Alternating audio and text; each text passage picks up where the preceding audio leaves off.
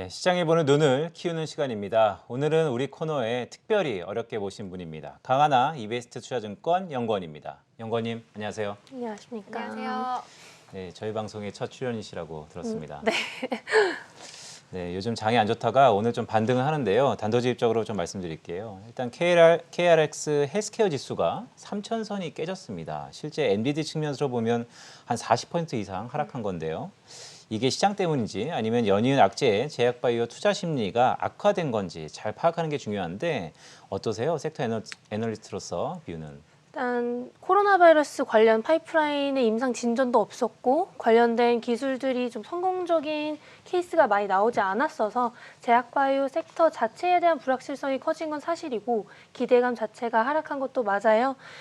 그렇지만 이제 그것도 거기에 더불어서 지금 전체적으로 우리나라 국가 지수 자체에도 좀 안 좋은 영향이 많이 있다는 점과 이제 바이오 섹터 내에서 횡령 이슈라든지 임상 중단, 임상 실패 이슈들이 좀 1월 달에 많이 터진 것도 한몫을 하고 있다라고 보고 있습니다. 그렇지만 이제 개별적으로 봤을 때 좋은 종목들을 하나씩 본다면 좀 괜찮지 않을까라고 생각하고 있습니다. 네, 그런데 또 그 와중에 투자자들을 사로잡는 부분이 키트주들의 상승입니다. 키트주들의 또 상승 탄력의 지속성인데 사실 이제 테마주로만 보기에는 방역 체계도 바뀌고 지금 자가 진단 키트 품귀 현상도 지금 계속해서 일어나고 있는데 지금 주가에 얼마나 좀 호재로 작용할 수 있을지 여부가 가장 궁금하실 것 같거든요. 이 부분은 좀 어떻게 보세요? 사실 저희 회사도 확진자가 하나둘씩 나왔을 때 이제 자가진단 키트를 나눠주시더라고요. 네. 저희뿐만이 아니라 지금 전체적으로 그런 방침이 하나씩 내려오고 있는 것 같고 그렇기 때문에 좀 회사나 그런 국가적인 기관들한테 이제 먼저 나가는 것 같습니다. 이게 실적으로 바로 찍힐 수가 있는 거잖아요. 실적으로 바로 찍히는 것도 맞고 그에 따라서 공급 계약 체결도 계속해서 많이 나오고 있어요. 국내뿐만 아니라 글로벌리 지금 오미크론이 확산되면서 전염도는 높아지고 있기 때문에 자가진단 키트의 수요는 굉장히 많이 높아지고 있다라고 보시면 될 것 같고 그에 따라서 실적은 당연히 찍히겠지만 코로나 바이러스가 처음 등장했을 때도 이런 방향성을 처음에는 보여주다가 나중에는 사실 좀 소외된 경향을 오히려 더 많이 보였었습니다. 그리고 이제 마스크를 생각해 보시면은 비슷한 상황이다라고 보시면 될 것 같은데 마스크 때도 처음에는 품귀 현상이 일어났었다가 나중에는 사실 마스크 매출이 올라가더라도 좀 소외되고 그 다음에 이제 뭐 실적이 좋아지더라도 뭐 주가에는 반영이 많이 되지 않았다라는 점 고려하시면은 좋을 것 같습니다. 네, 연구원님 사실 종목을 살 때는요. 가격이 싼 게 어떻게 보면 장땡입니다. 최고의 전략인데요. 지금 거의 모든 종목이 빠졌거든요. 그렇다면 지금 이 순간에 어떤 걸 담아야 될까 참 어려운 질문이기도 한데요. 연구원님의 탑픽은 어떤 종목인가요? 일단 지금 바이오 섹터가 안 좋았는데 지수 자체도 빠지다 보니 더 안 좋아진 상황. 거기에 이제 악재들이 1월에 좀 많이 몰려 있었어서 지금 거품이 좀 많이 빠지기는 했으나 제가 이제 판단하기로는 제약바이오 sek터에 거품이 끼기에는 좀 어려운 상황이니 데이터가 좀 기반이 되어주고 그래도 만약에 CDMO, CMO 업체라면 매출 상승세가 좀 보여지는 성장주를 보면 좋겠다라고 말씀드리고 있는데요. 그 예시로는 지금 RNAi, 올리고 원료약품을 만드는 CDMO 회사인 ST팜이 좀 중장기적으로 좋겠다라고 말씀드리고 있고 거기에 덧붙여서 이제 올릭스라고 이제 RNAi 플랫폼을 우리나라에서 유일하게 갖고 있는 회사인데 올릭스 또한 지금 추가적인 계약이 가능성이 있어 보여서 좋게 보고 있습니다. 이제 그거랑 이제 덧붙여서 최근에 1월에 가장 큰 딜이 있었던 ABL 바이오 같은 경우도 딜의 수준이 굉장히 높은 수준이었고 계약 규모도 굉장히 컸지만 지금 섹터의 상황상 상대적으로 좀 좋은 추세를 보여주지 못하고 있기 때문에 그런 상황에서 좋은 데이터와 좋은 딜이 있었던 회사들을 보시는 게 좋지 않나라고 말씀드리고 싶습니다. 네, 좋은 딜이 있었던 회사를 보자. 뭐 단기적으로는 이 회사, 중장기적으로는 뭐 ST팜 같은 회사를 보자라고 말씀을 해주셨는데요. 사실 최근에 정말 악재가 많이 터졌잖아요. 제약바이오 섹터 쪽에서요. 사실 기업을 선별하는 눈이 좀 가장 필요하실 것 같아요. 투자자분들 입장에서는요. 연구원님께서 보셨을 때는 제약바이오 섹터에 관심을 두려면은 기업을 선별하는 중심을 좀 어디다 두고 좀 투자를 하는 게 좋을까요? 일단 바이오라는 게 사실 데이터가 기반이 되어줘야 보여줘야 더 좋은 딜이 나올 수 있는 거고 임상의 진전이 보여줘야 그 다음 임상에 대한 기대감이 실릴 수 있는 거잖아요. 사실 최근에 안 좋은 악재들이 있었던 바이오텍들은 과거에 물질에 대한 부작용 이슈나 아니면 유효성이 떨어졌던 이슈들이 있었던 회사들이 많아요. 전력이 있었군요. 네, 그리고 뭐 횡령이 있었던 기업들도 과거에 횡령 이슈가 있었던 회사들이기 때문에 그런 관점으로 보실 때 데이터가 좀 확실히 임상 진전이 보여주면서 풀 데이터를 오픈해주면서 유효성이 확실하게 나오는 그리고 글로벌 피어들이랑 비교했을 때도 괜찮은 데이터다라는 확신이 있지 않는 이상 투자하시는데 좀 유의를 하셔야 될 것 같다고 보고 있습니다.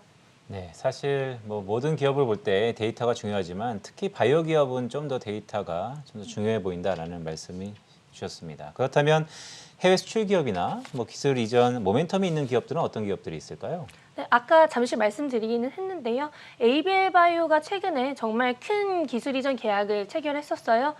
사노피와 기술 이전 계약을 체결했었는데 그때는 이제 후보 물질을 하나 파킨슨 치료제를 이전한 계약이었습니다. 그렇지만 ABL 바이오 회사의 특성상 플랫폼 기업이기 때문에 플랫폼 기술 이전 계약이 추가적으로 더 가능하다라고 보고 있고 그거에 이제 덧붙여서 올릭스의 RNAi 플랫폼도 추가적으로 지금 진행 중인 MTA 계약들이 몇 간 있어서 좀 상반기에 조금 더 좋은 기술 이전 계약의 가능성이 있지 않나라고 보고 있습니다. 네, 자 그러면은 매출 회복단에서 좀 기회가 될 수 있는 기업이 있을까요? 매출 회복단에서는 사실 전통 제약사들이 코로나에 가장 큰 타격을 받은 산업이기도 합니다. 이제 제약사 같은 경우 병의원 매출이 굉장히 많은 부분을 차지하고 있는데 이제 제약사의 병의원 매출 타격도 컸고 사람들이 코로나 이후에 병의원에 가는 것도 힘들어 했는데 이제 통금이 생기고 마스크를 쓰면서 아프지 않았어요. 뭐 코로나에 걸리지 말자가 메인이었기 때문에 감기도 걸리지 않고 다른 질병들에 많이 노출이 되지 않았었거든요. 그렇기 때문에 지금 매출 타격이 조금 컸던 제약사들 그중에서 호흡기계 영업력이 좋거나 뭐 일반 로컬 의원의 좀 영업력이 좋았던 회사들은 타격이 컸기 때문에 그에 따라 매출 회복폭도 조금 더 커질 수 있지 않나라고 보고 있습니다. 네, 연구님. 사실 이런 시기에 이 질문을 드리는 게 좀 조심스럽긴 하는데요. 사실 임상이라는 게 결국 성공해야지 우리가 비즈니스 기업으로 상용화 가는 거 아닙니까? 기대되는 임상 실험을 진행 중인 기업은 어딘가 있을까요? 제가 지금 가장 기대하고 있는 기업 중 하나는 NK맥스인데요. 제가 최근에 뭐 작성하기도 했지만 NK맥스 같은 경우 NK 세포 치료제를 개발하고 있는 기업이에요. 적응증은 고형암 중에서 육종암인데 고형암에서는 사실 완전관해 사례가 거의 나오지 않았었어요. 이제 카티라는 세포 치료제가 이제 지금 뭐 전설의 암 세포 치료제로 알려져 있는데 이제 우리나라에서도 카티와 비슷하게 세포 치료제로 진행 중인 회사들이 많기는 합니다. 그렇지만 대부분 적응증이 혈액암 아니면 림프종 이쪽이기 때문에 그쪽에 이제 완전관해 사례가 나오는 거는 저는 뭐 엄청 특별하다라고 말씀드리기는 어려울 것 같고 NK맥스 같은 경우 고형암을 타겟하고 있고 고형암 중에서도 암 재발률이 높고 암 진행도가 빠른 육종암 쪽에서 완전관해 사례가 나온 적이 있기 때문에 한번 지켜보시면 좋을 것 같고 일단 풀 데이터가 6월에 아스코에서 오픈된다는 점 그 점을 이제 생각해 보시면 18명의 데이터를 6월에 보실 수 있으니 임상의 데이터를 좀 한번 보시면 좋을 것 같습니다. 네, 일단 6월이 또 다른 분수령이 될 것 같군요. 어제 기사를 보니까요. 유럽은 다시 위드 코로나로 전환된다는 얘기가 있더라고요. 그렇다면 우리도 진정한 위드 코로나로 갈 것인가? 결국 백신의 국산화라든지 치료제의 국산화가 이루어져야 되는데 어떠세요? 우리 기업들의 최근 성과를 한번 짚어본다면? 뭐 우리나라의 백신 선두주자는 당연히 이제 SK 바이오사이언스이고요. SK 바이오사이언스는 이제 제조합 단백질 기반의 백신으로 개발 중이고 임상 3상을 진행 중에 있습니다. 거기에 이제 덧붙여서 뭐 임상 2상 완료 후 지금 3상 IND 승인을 기다리고 있는 유바이오로직스가 있고요. 이제는 사실 백신 접종률이 많이 높아요. 많이 높기 때문에 백신 접종을 받지 않은 사람들을 대상으로 하는 것보다는 그러니까 동등성 평가를 하기는 좀 어려움이 있기 때문에 부스터샷으로서의 가능성을 좀 봐야 되는 상황이 돼버렸고 그렇기 때문에 이제 동등성 평가가에 무리가 있어서 이제 부스터샷으로의 기회만 보자라고 보고 있고요. 이제 거기에 덧붙여서 이제 오미크론의 등장으로 오히려 유럽이나 다른 나라에서는 감염과 사망의 디커플링이 일어나고 있어요. 그렇기 때문에 오미크론이 우세종이 된 국내에서도 설날 이후 좀 피크를 찍고 그 다음부터는 좀 위드 코로나가 진행될 수 있지 않나라고 보고 있습니다. 치료제 같은 경우는 대표적으로 이제 승인받은 게 셀트리온의 레키로나가 있고 거기에 덧붙여서 일동제약이 일본 제약사와 공동 개발 중인 경구용 치료제가 선두에 있습니다. 이제 화이자의 경구용 치료제가 60세 이상에게 사용될 수 있고 병용 금기 약물 범위가 좀 넓은 편이기 때문에 사실 경구용 치료제에 대한 기대감은 아직 많이 남아있다라고 보시면 좋을 것 같습니다. 네, 알겠습니다. 오늘 쫙 제약바이오 관련해가지고 산업에 대해서 올해 전망을 비롯해가지고 탑픽 종목까지 여쭤봤습니다. 오늘 별명을 하나 붙여드리고 싶어요. 여의도의 강민경이라고요. 저 욕먹는데? 아닙니다. 이베스트 투자증권 강하나 연구원과 함께했습니다. 올해는 좀 제약바이오 힘을 냈으면 좋겠네요. 설 네. 연휴 잘 보내세요. 감사합니다.